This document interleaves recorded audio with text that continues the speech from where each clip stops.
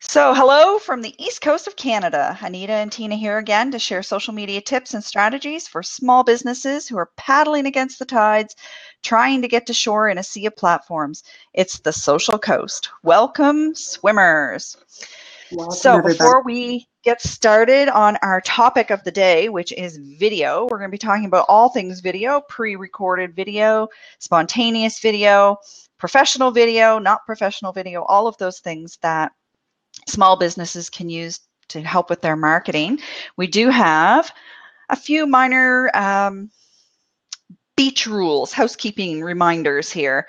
So if you're listening in at the link and you have a Twitter account and you haven't logged in, if you log in with your Twitter account, you will be able to join us in the chat over on the right-hand side or below if you're watching on a mobile device. And you could actually call in later and ask us a question or tell us your comments in person on screen later. If you can, please click on the tweet button over on the left or underneath again if you're on mobile to let people know that you're watching the Social Coast with us so that we can get more people in here and have some really good conversations. Go ahead and click that tweet button if you're able to. Now, I was having trouble clicking on the tweet button yesterday. So I think there's a glitch happening with that as well. I hear an echo coming too. The little double hands up right under our pictures. If you like something that we're saying, click on that to give us props to let us know we're on the right track.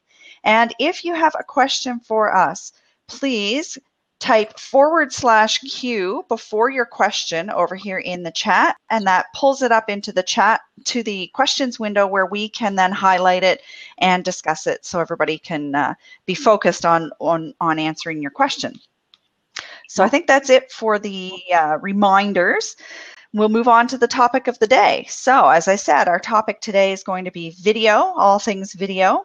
And Tina, do you want to give us your outline of what we're going to talk about today, your overview, how we came to the decision to talk about video? Well, while I pop out to stir my lunch. Yesterday when Anita and I were talking about video, and I didn't pull up the very latest stats, but basically from now till 2020, video consumption online, it's by far the number one type of content that people are watching, listening to, interacting with, engaging with. So what this means, if you're on social media for business, whether you're a blogger or you're sort of a DIY social media person for your side hustle or your hobby, or if you own a small business and you're running a small business, but you just don't have a marketing budget in place right now to hire someone else to do your social media. And maybe actually what I would recommend to all small business owners is to start yourself anyway. Get a good sense of the platform and how it works. And so that way you can really kind of understand, you can speak the language a little bit if you do down the road hire somebody to help you with your social media. But as a small business owner right now, doing it all yourself, one thing that you really have to add into the mix is video. And as Anita mentioned, there are many different types of video that people can choose to do. So if you like to plan and control things, you may choose to use pre-recorded video. And if you're the type of person who actually has taken the time to plan out your social media content and you're just better as a planner, you might be the kind of person who always wants to do pre-recorded content. And that's great. But you can also add in live video, and there are many, many options available to your plan, to your social media plan. So I think later on we're going to address sort of all of the different variables in more detail, but really just thinking about video as all the different video platforms. So right now in the US, just recently, I think just last week, everyone on an iPhone who's a Facebook user got the ability to use Facebook Live from their phone. All right, so that had already been beta tested in, I think, Ireland and Spain and maybe one or two other countries. And now it is nationwide in the US. It is not available for Android users yet. It's not available in Canada yet. So I was like, grr. But the good news is it gives us all time to plan out to add that kind of content into our strategy for our social media plan. So here up in Canada, while we wait for Facebook Live, we have some planning time. And so with Facebook Live, that is obviously live video. What Anita and I are doing right here, right now is, of course, live video too. And another platform that a lot of you may be using and that a lot of people are using is Periscope. And we can talk about the differences on those platforms, and we might a little bit, but you probably have some specific questions too. So we might just engage that way with the differences on the platforms. With recorded video, you can use your recorded video on Instagram. You can use it to kind of cross promote. So I just did a little 15-second video on my Instagram account to remind everybody that we're over here on Blab. And that's really just a way to kind of use one platform to boost the other and to get some consistency in your brand and in your services across all your platforms.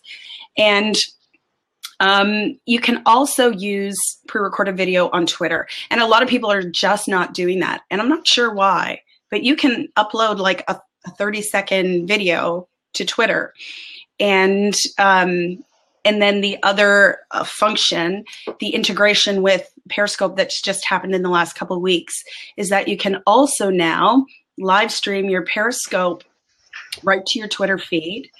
And that Twitter feed, even though we can't, it's like a silent film. We have to engage with the tweet a bit to actually get at your Periscope, open up the app and all that. I think they're still probably developing it. Because one thing we noticed about that is if you do live stream your Periscope onto your Twitter account, and it's something that, say, you want to pin to the top of your account, what happens on Periscope after 24 hours is it will disappear. It will just go gray. So you have this big gray box up there. So just bear that in mind with how Periscope and Twitter integrate. But those are basically the different options that most people are using. There's also Snapchat, which Anita and I are not going to talk about because we're just on Snapchat. But it's definitely a platform that you can begin to play around with, and you should maybe do that if your target market is the 35 and under, millennial age group.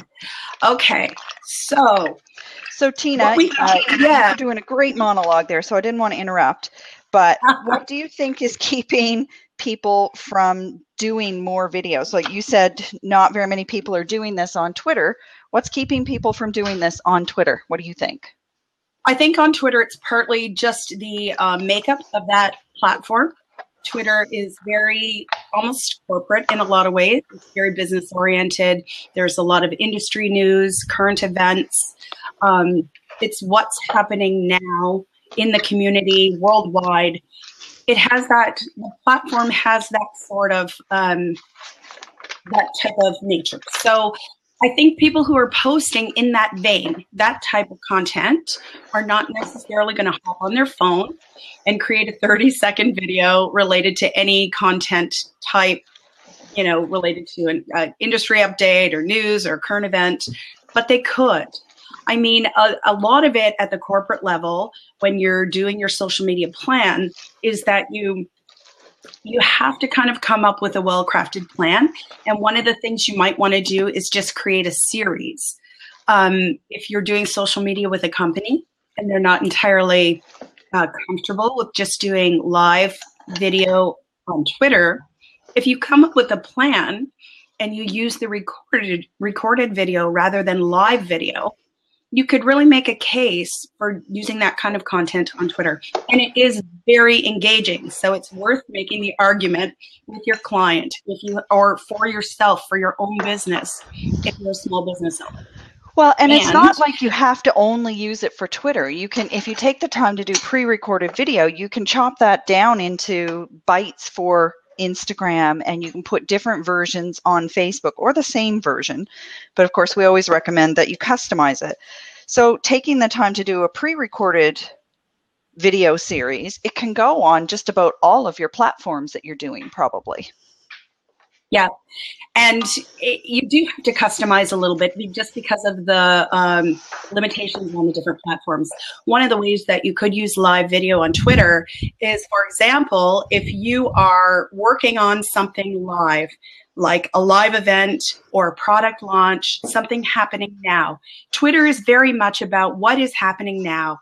So if you have something with your business or with your blog that is happening now, you could do a little, say something about it. 30 seconds goes like that. It's very quick. So if you do just a 30-second like promo or tell us something about it, it's almost like a call to action more than anything else. It gives a face to it, a voice to it. It gives some movement and excitement because, hey, there's a person talking, which is different than just looking at a photo, of course. But that can be used as a call to action. So basically, then you can include a link to wherever you want to send them. If they're interested, they'll go. Why not do a whole series if you have a product launch or a live event or something happening today? If you have a workshop coming up that you want to promote, why not break it down into some really key points that are going to pique people's interest and put those out on Twitter as a series of live video tweets? And always include that link so they can actually get to the product or get to the course registration or the workshop registration.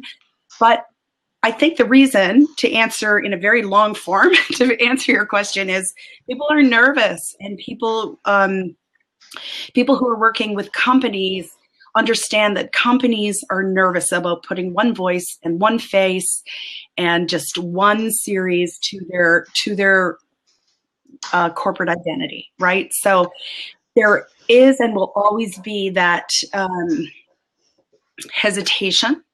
But the beauty of being a blogger, the beauty of being a DIYer and having your own small business is you're the CEO. You get to choose what you want to do. I mean, the freedom is amazing. So if you have the freedom to create your own video content, go for it, go for it, go for it. Like, there's nothing holding you back. Just the part of it that I think needs to be planned is that you have to figure out what this series is about. What is the goal? What do you want people to do by the end of your video series or throughout it, right? So that'll vary vastly depending on what your goal is. But then create a series of videos around it. Do little short ones on Instagram. You don't even have to have a call to action there. Just create some awareness, because calls to action on Instagram are difficult. You have to keep changing your link, and it's just it's not integrated well in that way. But on Twitter, you can easily put a call to action, and it's going to be interesting to see by the end of next month how Twitter changes if the word count does increase significantly, like it's rumored to be doing, sort of by the end of March of this year-ish. And if that happens, there will be a whole lot of other things to consider about Twitter and how to use it and how we can use things like video more than we are. Mm-hmm. So you've already given lots of ideas on how videos can be used. We talked last night about different small businesses that we could think of and all kinds of different ways that they could use it. You talked mostly about pre-recorded. And did we already define the types of video for people? Did we already do that? Because Tina and I debated a little bit last night about what to call the different types of video.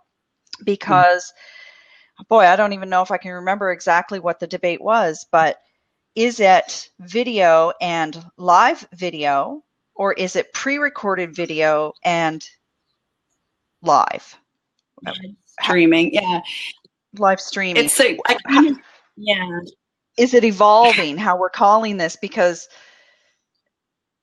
everything is so spontaneous and accessible now. It seems almost I don't know, the word live video, I guess, oh, I remember the debate. The debate was about whether or not the word video itself gave people the feeling that it had to be more production value, that you had to go hire people to do it, whereas live streaming, do people understand already that this is something that is more spontaneous, less tech heavy, it's done from your phone or your computer, you don't have to have fancy equipment? Or is it the opposite? Do people think the opposite? Well, I can get a camcorder or I can get a whatever to do video, but I've got to have all this fancy equipment to do live streaming. So I don't know. Does anybody we've got people who are popping in and out and not logging in, so they can't really tell us. If you log in, you'd be able to tell us what you think about what we're saying. Well, Steve Dotto said, and Steve Dotto's a really well-respected tech guy with a pretty wacky sense of humor. But anyway, he said pretty definitively, you know, it's all video. It is all video. So it's just a question of how you want to think of it. And it's really like canned video that's on your device, whether it's your camera or your phone. And it may be video that you've just shot once, or it may be video that you've pulled into iMovie or some other software that you have, and you've put some production into it. You've edited it. Either way, Anita and I are referring to that as like your recorded video, right? As opposed to live video or live stream. Yeah. Now, Anita, what do you think some of the are some of the things that stress people out about live streaming? Well, I mean, we've seen it on here that, you know, we'll ask people to join us on screen and they won't join us on screen because their makeup's not done or their hair's not done or they're still in their pajamas, because we deal with, you know, on Blab especially, we talk to a lot of work from home people, and we don't always dress professionally when we work from home. So sometimes it's appearances. People are concerned about appearances. But I think people are even more scared that they're just going to say something that they can't take back, because once it's out there, you can't take it back. But the good news is, like you said before, if you are the CEO of your business, you're running a small business and you are the sole employee, you have free reign to do whatever works for your brand. And that's the good thing. It's going to sound like you, and you need it to sound like you. So some of these little imperfections, like you're not wearing makeup, or you've been out in the rain running errands all morning and your styled hair that you had this morning is now all flat, who cares? Who cares? Because people are seeing the real you. And that's what builds relationships between you and your ideal customers, is that they see that you're real. You're not, you know, you're not spending an hour in makeup and hair to get ready for this. They're getting to know the real you. And there's a quote that I have used quite a bit. I put it in several blogs. It's actually from Periscope in an article that they were quoted in. A picture may be worth 1,000 words, but live video can take you someplace and show you around. Absolutely. And yeah, I love that quote from Periscope, because of course they're talking about my favorite example is my sister, the traveling travel agent, should be periscoping when she is watching the sunrise over Cappadocia in Turkey from a hot air balloon. She should be periscoping that to try to attract people to come for her next photo tour in Turkey, because she can tell you how amazing it is to be in a hot air balloon at sunrise in Turkey. But having live video and hearing the people and hearing the sound of the fire and so on, it gives you so much more information, and it makes you feel like you're there, or makes you feel like you want to go, I hope. So the live video, even the recorded video, can do so much more than just a written description or a picture, that it gives so much more information. And so much more information, not only about your product, but about the way you run your business.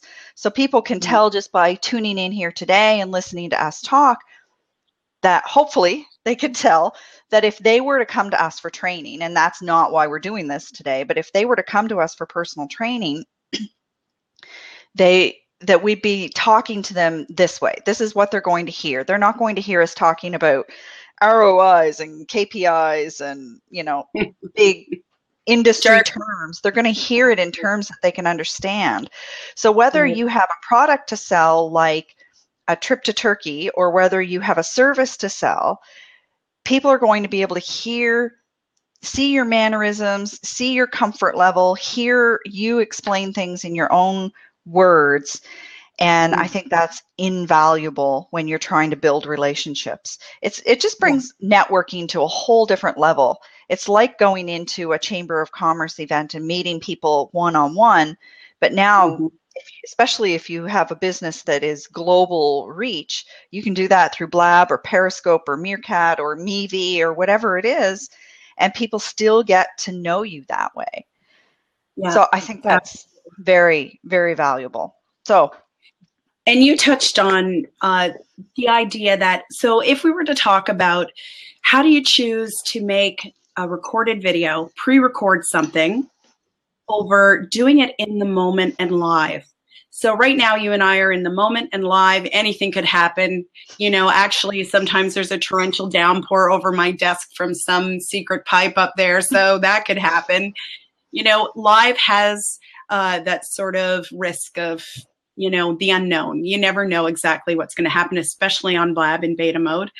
But, there's a beauty to it. So one of the qualities of live video or live streaming that you get both here and on Periscope and on Facebook Live, if you've been watching people who are experimenting with it, is that it can be, let's say that this way, it can be very authentic. It can be, it can feel like you're talking to the person, and on a platform where you can engage, and the engagement is really immediate, like on Blab, which is why we love it so much. It's great because it's a whole different experience, and it's the idea of experience and everything you just said, Anita. You get to know that person. I mean, you are always going to see what a person's all about when you hear them just talk about something. When you see them being asked a question and you see them responding to that question, you are going to see the authentic person. Now, the reason I said sometimes you're going to get the authentic experiences because sometimes there is a lot of production value added in. And I've seen this already on Facebook Live with the big accounts that have been using it, people who will do a Facebook Live, but will only show their screen and their hands and their typing and stuff because they say they're not camera ready. Well, fair enough. You get to make that judgment call for yourself. But kind of the beauty of it is you don't have to look like you're about to step on a red carpet when you're doing a live stream. It's like any other business day, right? So would you show up and talk to a client looking as you look? If you're in pajamas, probably not, but you don't need to be dressed for a big event, right? It's sort of somewhere in the middle. And I think I trust those videos a little bit more because I value planning in a video, right? I like when there's planning behind it, but you don't need to present. You don't need to present at a really high level with the makeup and the jewelry or even men with suits and ties and the whole rigmarole. Even I caught Jay Bear. Jay Bear was on a Blab the other night, and I don't know if you caught that one, Tina. He was on a Blab the other night, and he is known for wearing wild suits, but he didn't have a suit on because this is more casual. Right. This is more down to earth. But when he spoke at Social Media Marketing World last year, he had a pretty wild plaid suit, not wild colors, but it was plaid. It was noticeable.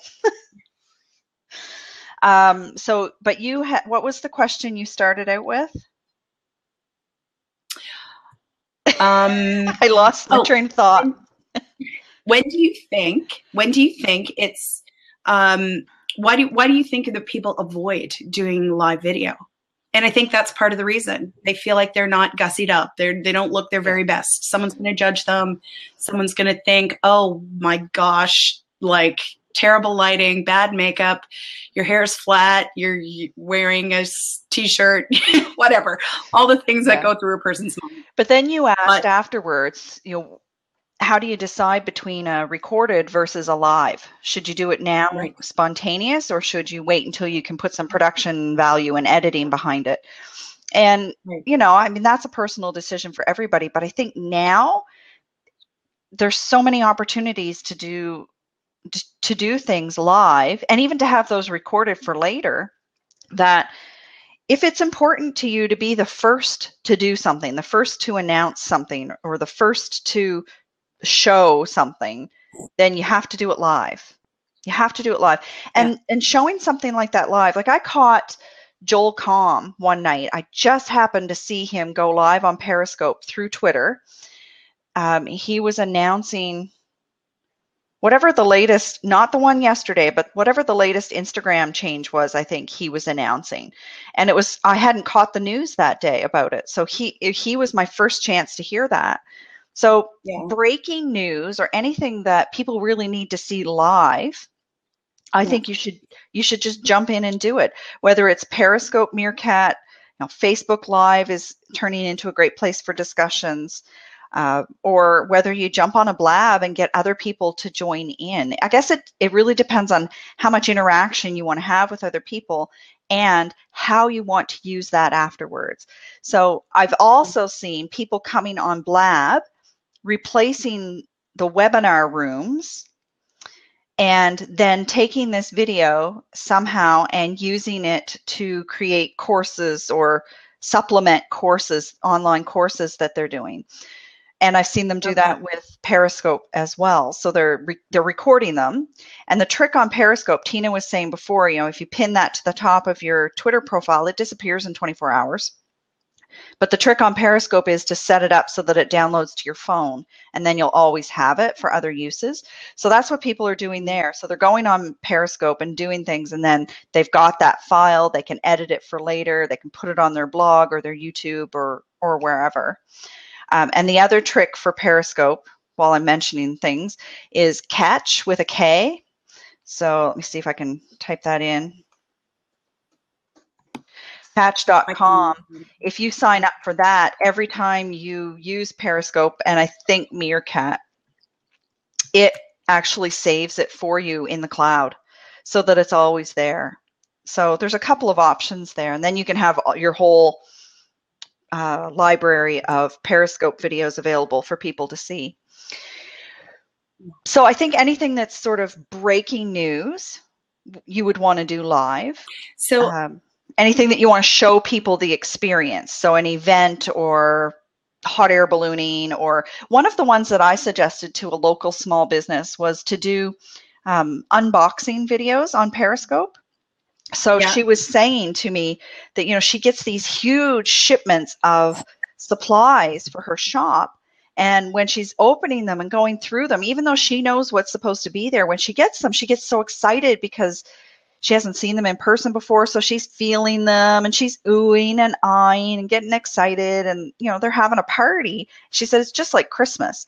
So I told her, you need to do an unboxing Periscope party. So and she did. The next time she got a big shipment in, she had a friend come and hold the camera while she opened boxes and talked about all the pretty baskets and I don't know what else there was because I didn't catch it live. But so for about 15 minutes, she Periscoped all the cool new products she was going to have in store that you could come by and you were able to see them. So if you were looking for that stuff and you happened to see that, you knew right where to go. So I thought that was a really good example for a retail location, the unboxing, because unboxing is so popular on YouTube. You get a new iPhone, you want to be the first one to post the unboxing of the iPhone 7, right? So unboxing is a good idea, I think. Absolutely. I love that. And really for anybody who has a blog or a small business with a website that has a blog page on it, you could do that very same thing for whatever your business is. It's harder if you're providing services, but it's still possible. But even if you're a landscaper, you know, and you're writing a blog about how to design your garden plot or something. You could take us through, you could write about it and then do what websites like Social Media Examiner do so well, where they inset video right into the blog. So you have the choice of reading through the blog, reading and watching and listening to the videos, or just watching the videos if you don't want to read, right? That is another great use of your video, whether it's has a high production value or it's something you're creating in the moment.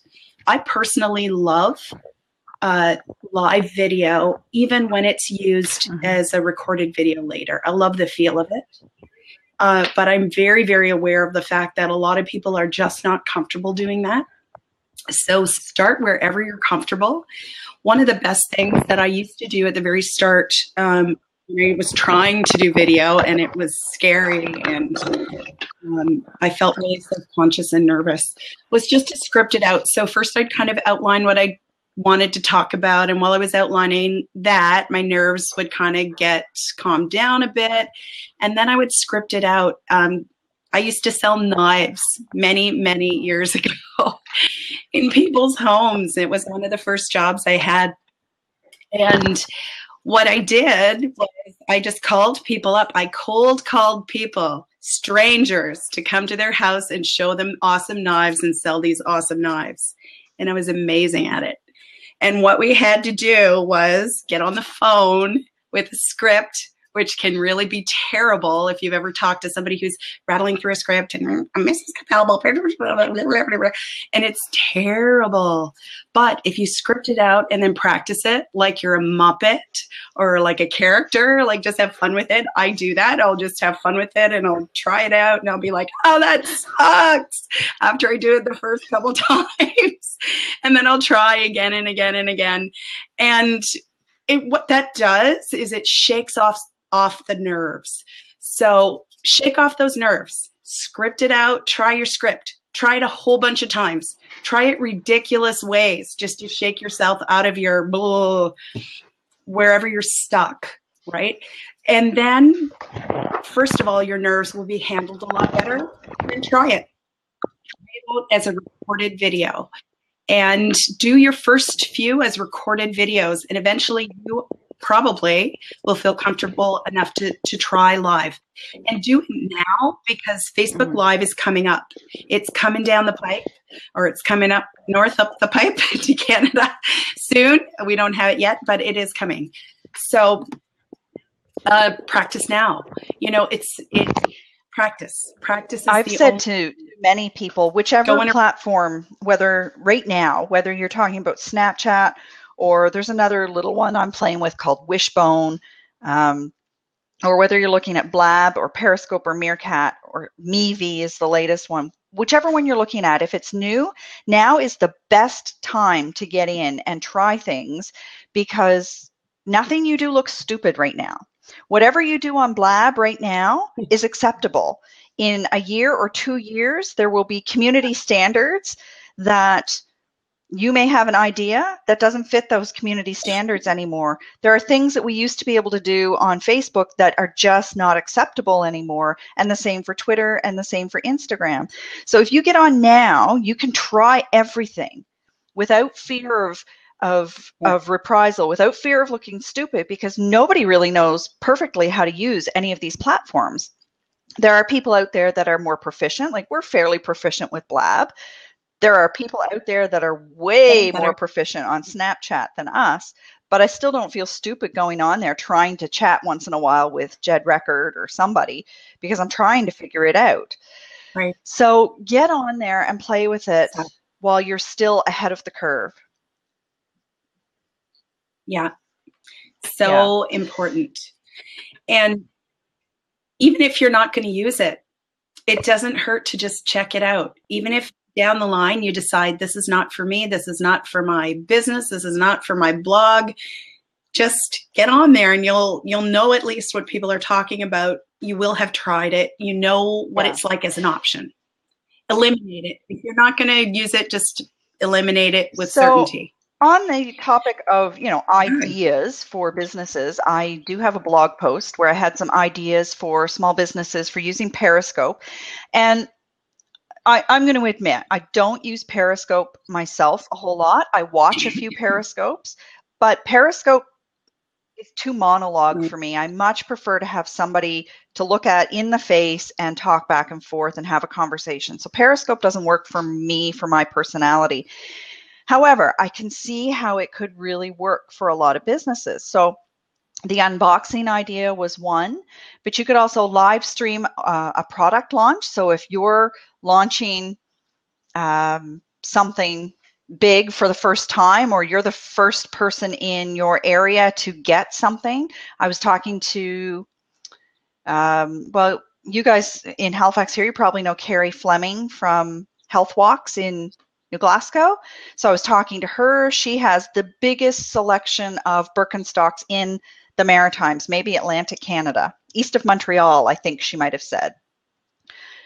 The biggest selection of Birkenstocks. So she could be, you know, and she has Birkenstock events. She could be live streaming those as almost as a media event to let all of her customers from away who call her to ask, do you have this in my size? She could be showing them what she has live. So, and she's was talking about maybe going on with online commerce, e-commerce for her store, for the Birkenstocks especially. So you broadcast all of this stock you just got, and you've got the biggest selection in Eastern Canada. I bet the orders start flowing in right afterwards if it's easy for you to make that call to action. So definitely a product launch is a really good idea for Periscope.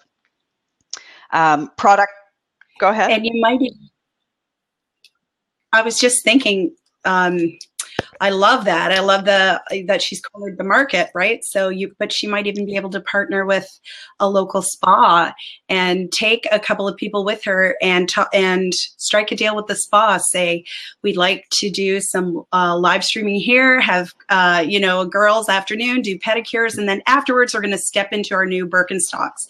And they each step into a different pair. So showing kind of a wide variety and stuff, but it might be a really great way to kind of, you know, do a partnership, a joint promotion with a local business that's related. It's like, oh, I'm going to get Birkenstocks and a pedicure, and maybe both of them now. We had a great brainstorming session with her, just talking about different ideas that she could be doing all about shoes, because, you know, I'm not in that target market, but generally speaking, women love shoes. So, you know, if she starts showing more of the shoes, it's going to work, right? I am not a shoe person. I'm not. It took me 3 years to replace the boots I had, so that really needed to be replaced 3 years ago. So events is another one. If you're having some other kind of event, absolutely, you could be periscoping things like that. The Chamber of Commerce had their business awards the other night. I don't think they did, but they could have been periscoping parts or all of the awards. I didn't go because the ticket price is a little too much for me. But if it had been on Periscope, I might have watched. Maybe. Do you know what the challenge is at events with Periscope? So I tried that once in the moment because I had the opportunity to meet our new Prime Minister 2 days before he was elected. And I happened to be in a super packed, hot room full of people, and where your elbows are stuck to your sides. And I decided to Periscope it. And boy, oh boy. So when you're going to Periscope something spontaneously, we talked about planning and being spontaneous. If you're going to do an event, definitely plan it. Have those titles ready to go. You know, you don't want to be sitting there trying to type out a descriptive title while you're at an event necessarily, especially if it's crowded and if things are moving quickly. So I had a number of failed attempts before I got a decent Periscope going. And then the problem was that Periscope kind of failed and I failed. And when I finally had it up there, because it was a high interest event, probably the most high interest event in the country in a lot of ways in that moment, it worked. But if you're at an event, what do you shoot? I mean, do you shoot what's going on? You shoot yourself talking about what's going on and possibly disrupt what's going on. Like, I was standing there thinking, okay, well, I'm just going to shoot his speech and him talking and him meeting people. But if I was somewhere else at an event, how would I actually use Periscope? And I couldn't answer that question. I think it does depend on the event, but I've seen lots of people who are Periscoping from conferences and training events of different kinds. I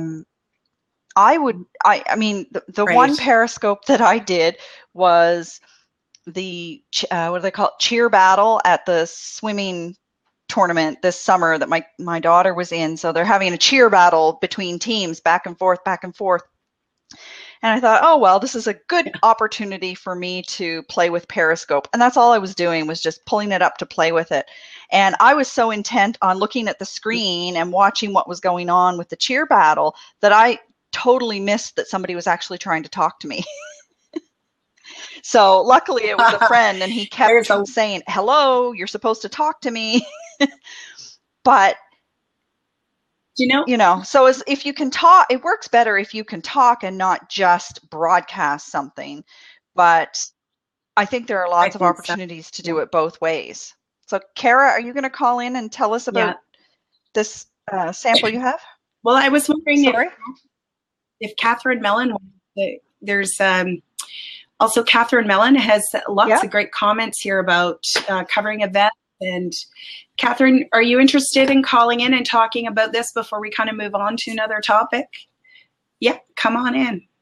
Awesome. So Kara, what's your story? Here again, you guys were talking about not being in makeup and not wanting to come on. So this is me today. The one thing that I did see that was doing an event locally that did very well with doing the Periscope, and I believe it was CTV that was actually Periscoping, was the big Chase the Ace in Inverness. So I'm not sure if you guys were watching. I'm not sure if you guys were. I'm from nearby. So again, to me, half of Shetty Camp was there trying to win money and whatnot. So for the last few weeks where they did, where the final winners were coming, they were Periscoping. They were Periscoping for the last half hour, whatnot. So I was watching to see again if it was somebody from home that was winning the money and whatnot. And I was literally at somebody's house and went in the sun. They're like, what are you doing? I'm like, I'm watching Chase the Ace. And they're like, I'm like, I have money there. I want to know if I'm winning money. So that's what happened. So does everybody know what Chase the Ace is? Kara, why don't you just give a really quick recap? I have a very basic understanding, and I need to eat. So Chase the Ace, again, is being done by a lot of communities in Nova Scotia specifically. I have no idea if it's happening anywhere else. But I don't even know the whole specifics. I've never been. But what it is, if you pay money and you got so many tickets that you could win, and then if your ticket was drawn, you went to the pack of cards. If you picked the ace, you won the jackpot. If you didn't win the ace, you won a percentage of it. Okay. So in Inverness, they got to 1.5 million. It was crazy anyways. But so they ended up at the very end, they ended up giving just they're like, okay, it has to go today. There's only 5 cards left. The town of Inverness could not sustain anymore. They had cops coming in from everywhere to try to more. Yeah, the crowds people in Inverness than live in Cape Breton altogether for those few weekends and whatnot. So what were they actually Periscoping? The draw, the last? Right, they were Periscoping. So I think it was CTV that was actually down there doing it. It was one of the news stations that was 100% there. And they were Periscoping because there was music happening. They had entertainment the whole time that was happening. So they were Periscoping. I think the draw was done at 5. So they would start at 5 broadcasting. Yeah. Then there was 3 or 4 locations. So then they'd be like, oh, well, there's no winner here. It must be coming from another location. So in the meantime, you'd listen to music and you kind of tuned out. So when a winner came in, everything was on Periscope. Wow. So there was actually a lady from Cole Harbour that won part of it. And you guys might know, I'm not going to throw her name on here, but as soon as she got on stage, I'm like, oh, I know who that is. Right? So I was watching it and saw that she had won and whatnot. So that was to me a great way.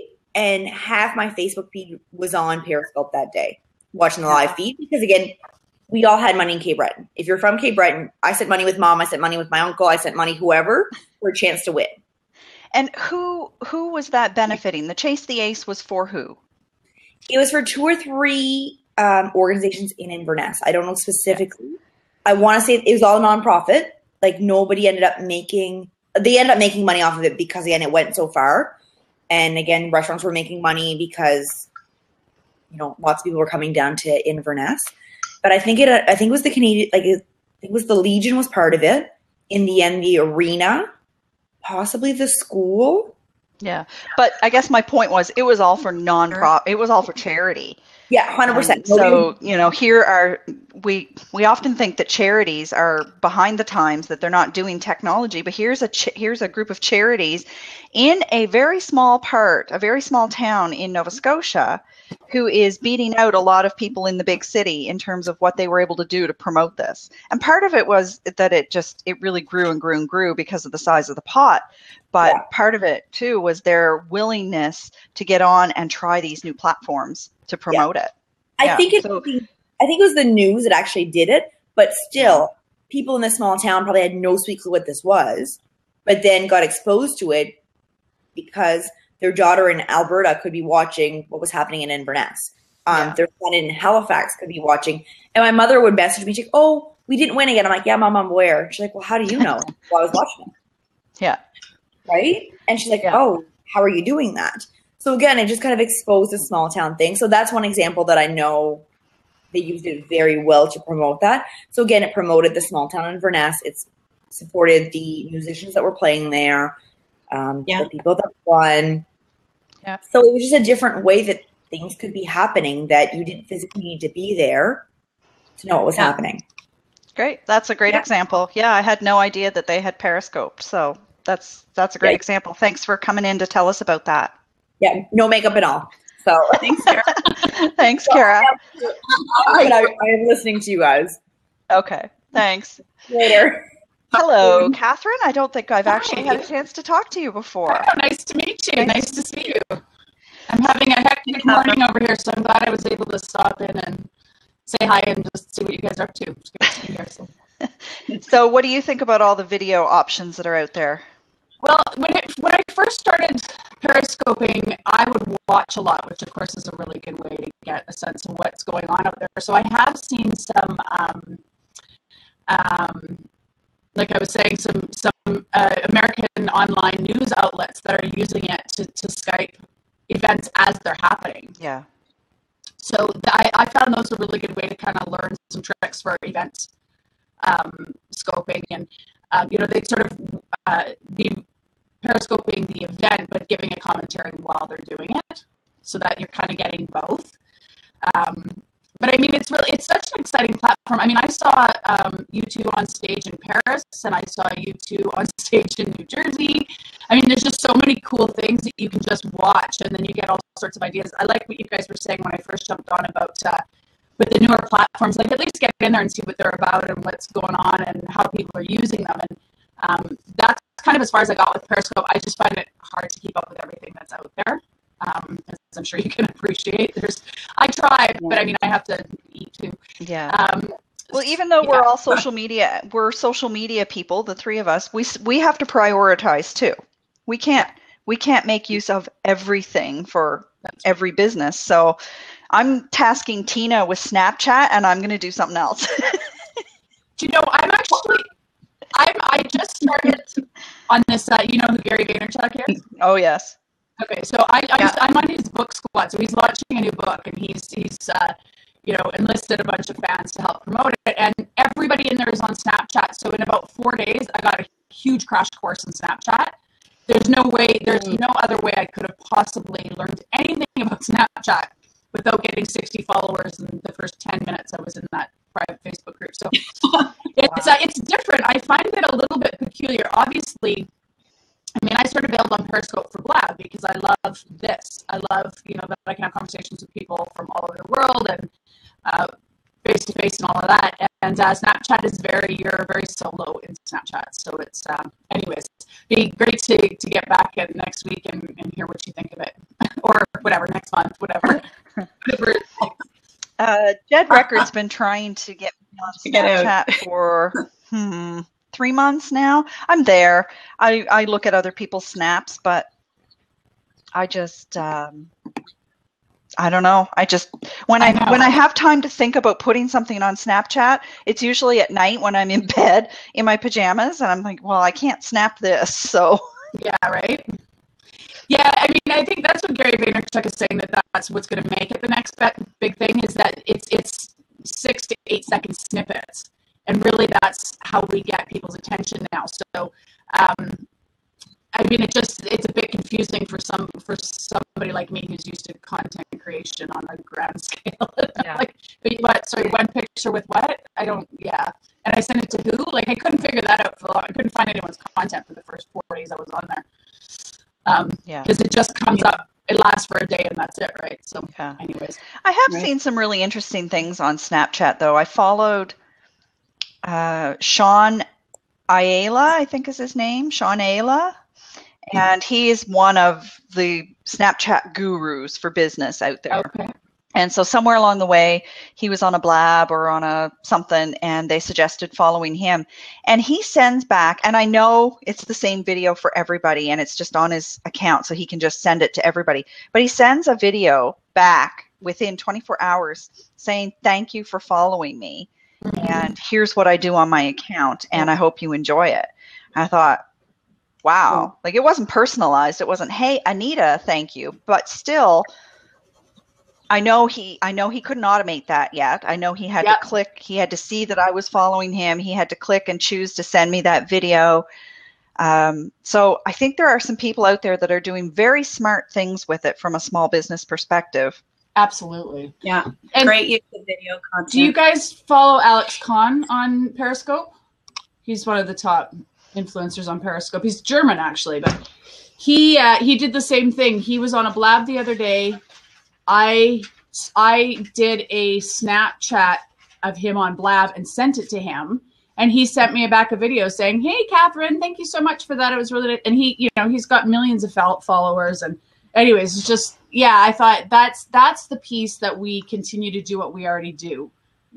The face-to-face, the personalization, the authentic, so I love that piece of it. But anyways, it's a bit confusing and it's a bit solo for me. I'm kind of more into the interactive stuff. But anyways, I've got to get my kid to a doctor's appointment. But I did want to stop. I know I'm having a really bizarre morning here. Oh, well, you missed my story. I'm not going to go through it again, but I've spent some time at the doctor's office this morning too. So. Oh, okay. Yeah. So she wants to say hi. At this age, they know how these things work, right? She'll show me things and ask me to put it on Facebook. Look, did you draw that? I can see it through the page. Did you draw that? I traced. You traced it. Wow. Anyways, it's good to meet you guys, and I hope to see you again. I actually have a Snapchat expert on my show next Thursday. Awesome. So I will be tweeting it out, and hopefully you can, pop in and see if he's got some good business tips. Lovely. What time on Thursday, 3 p.m. 3 p.m. Pacific. Wait, okay. You guys are Pacific. East, aren't you? Yeah, I'm in Vancouver. So that's 4. 6. No. I'm in. Well, 7. 7? Yeah. Oh, you guys Other are way. way. We're Atlantic. You're Atlantic, way not east. Yeah. Well, there'll be a replay. All right. Okay. Thanks for stopping in to chat with us. Take care. All right. Thanks. Bye. So, all right. Yeah, great examples. Did you have any other examples you wanted to mention? Yeah. Well, just one of the things that one of the people that Catherine mentioned is, of course, Gary Vaynerchuk. And just to, when I was on YouTube, I thought, well, who's using YouTube in a way that's different than their other platforms? And Gary really is doing that. He's creating different series on YouTube, and he's creating playlists for his videos on YouTube, because there's Ask Gary V, but he has Daily V now. He has different video series going. And so on YouTube, he's just Gary Vaynerchuk. I have the link on my other computer, which is of no use to me here, but you'll find him there. And if you take a look at how he is using YouTube, it's really good for any small business person or blogger, because you can take those very short videos. He just does these like super intense videos full of like every curse word there is, and especially F-bombs, which makes it like Really intense sometimes. But anyway, that's Gary's style, and that's what he does. And you don't have to do that, but you can do your series and create a playlist or playlists on YouTube. And the beauty of YouTube is, even if you don't have a blog or website right now, but you have a side hustle and you have a business idea, get started on YouTube with your Gmail account. Get yourself set up and start putting your videos right from your phone, right on YouTube. Why not? Yeah. Because you're creating one space where all of your video content is together. And if you ever develop a website later, it's all there. You can use it if it's evergreen content and it's still relevant. Or you could just have a platform where you've started to build up a bit of a brand persona. You know, like YouTube can be used alone for people that aren't ready to go with a website or don't have an active blog and that sort of thing. Like, don't forget about the sites that really cater to video, because you can, if you do have a blog or website, you can also do cards on your YouTube videos or annotations that link directly to your website. Yeah. And you can control where they show up and at what time they show up in your videos and stuff like that. Like, there are a lot of functions there that are great for businesses of all types. So I just did want to kind of mention YouTube in case we forgot about it. Yeah. I want to mention a few really simple things that people can do that, well, some of them aren't appropriate for YouTube. So some of them would be, okay, so James Dwyer, who often listens in, I don't know if he's listening in today without being logged in, but James Dwyer does a lot of interesting video things. He's a real estate agent here in town. And he just had a baby, like on Groundhog Day. So the baby's like 4 days old, 3 days old. His wife had a baby. Anyway, James does some really interesting video things. So he will actually do video. Thank you for following me on Twitter. Not to everybody, obviously, because if you get a lot of followers, you're not going to take the time to do that. But when he sees somebody interesting or when he has time or whatever, he will send out a, hey, thanks for connecting with me today. I hope you're having a great day. Just that quick. He does birthday messages too, Kara's saying. So, and he does, he'll do little tours of the houses, or he'll do little tours of like the subdivision or the area to show you, because when you buy a house, it's more than just the house you're looking at. You're looking at the area and the subdivision and the playgrounds and so on. So he'll go out and he'll do videos like that. I know a couple of other agents in town are doing similar kind of videos, but it was the hello and thanks for following me video that I saw him do a few times that I thought was really good. And I know Gary V has done things like that as well. And I don't know if that's where he got the idea, but yeah. So there's things like that. Where's my list? I'm going to put the link into this blog again in case anybody wants to go check it out. But some ideas for using Periscope. Some of these would transfer over to the other platforms as well. But the other one I wanted to make sure to put in here is ask me anything. So, we're open to answering questions here today. If you have questions about content ideas for your business, if you're saying, well, I'd really like to do this, but I just can't figure out what I would talk about, then by all means, put a question in there or let us know that you're ready to come on screen and talk to us, and we'll see if we can help you out with some ideas about that. And ask me anything, or I guess what made me think of it was when you were talking about Gary V. His isn't ask me anything style. So an ask me anything is, we did summon you, James, welcome. So Gary V does shorter versions. So he'll accept questions, his staff weeds through the questions, and then he'll answer 2 or 3 questions every day on video. But an ask me anything would be, you open it up you say, I'm going to be there for an hour and you can come and ask me anything. And they won't necessarily be business related. They won't always be appropriate, but you can have a lot of fun with that. We've seen politicians do that. I think Obama did that recently or not so long ago. We've seen local politicians here do it on Reddit, but now you have the ability to do it on a live streaming video platform, which is a whole different thing than Reddit, where you can take the time to construct your your response. So I think an Ask Me Anything could be really cool. You could do interviews. So I have another blab that I do on Wednesdays where I interview Halifax business owners about their small businesses and how they use social media. So if you can figure out how to build interviews into your marketing strategy, then that's another way to have content that's not stressful on you, because you don't have to, you know, Tina and I spent, an hour yesterday talking and preparing and outlining for this show. When I do the Halablab on Wednesdays, I have a bunch of questions in my head that I can ask pretty much anybody I interview. So it's less stressful for me that way. So maybe that's an idea that would work for your business, interviewing people. And, you know, and just to jump back for 1 second, I love that example of using really short, spontaneous video that way, the way that James is doing it, where you're just wishing someone happy birthday when you see the notification, or you're giving them a quick thank you.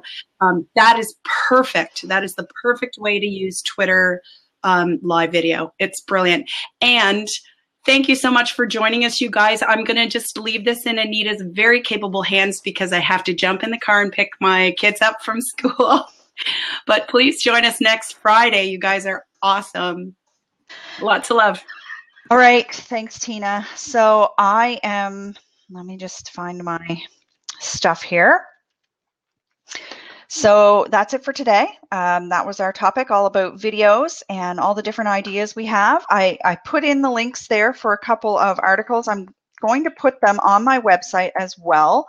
So if you're watching the replay, you can come to twerp.ca and search out the Social Coast, and you will get to see this is the first one that's going to be on the website, but you'll be able to see the replay. You'll be able to see all the resources that we've mentioned and all the people that we've given shout outs to. So if you need to check them out, you'll have links to them there.